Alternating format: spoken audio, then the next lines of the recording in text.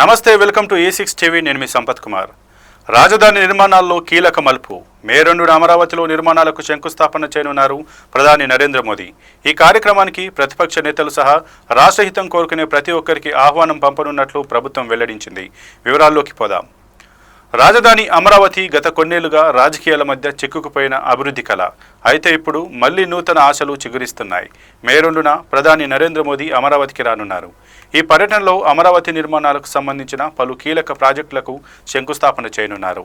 అభివృద్ధికి శ్రీకారం చుట్టేందుకు కేంద్రం, రాష్ట్రం కలిసి అడుగులు వేస్తుండటంతో ఇది రాజధాని రాజకీయాల్లో మైలురాయిగా మారనుంది.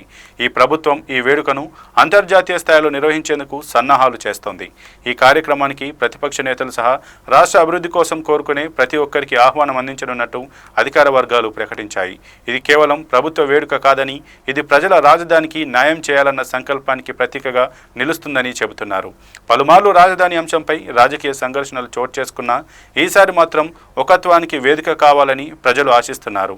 అమరావతికి నిర్మాణాలకు కేంద్రం నుంచి నిధులు, సహకారం రాబట్టేందుకు రాష్ట్ర ప్రభుత్వం ప్రయత్నాలు ముమ్మరం చేసినట్టు సమాచారం. ఇప్పటికే నిర్మాణ ప్రణాళికలు, బడ్జెట్ అంచనాలు సిద్ధం చేసినట్టు తెలుస్తోంది. ప్రధాని మోదీ పర్యటనతో పాటు ఈ ప్రాంతంలో భద్రతా ఏర్పాట్లను అధికారిక వర్గాలు పర్యవేక్షిస్తున్నాయి. విశాఖలో పరిపాలన రాజధానిగా కొనసాగాలన్న వాదనల మధ్య అమరావతికి అండగా ప్రధాని రాక రాజకీయంగా కూడా పెద్ద మార్పును సూచిస్తున్నట్లు విశ్లేషకుల అభిప్రాయం. ఈ పర్యటనతో అమరావతి అభివృద్ధికి గండిపెట్టే అంశాలు తొలగిపోతాయా, లేదా ఇది మరో రాజకీయ నాటకమేనా అన్నది మే 2న స్పష్టత రానుంది. రాష్ట్ర ప్రజల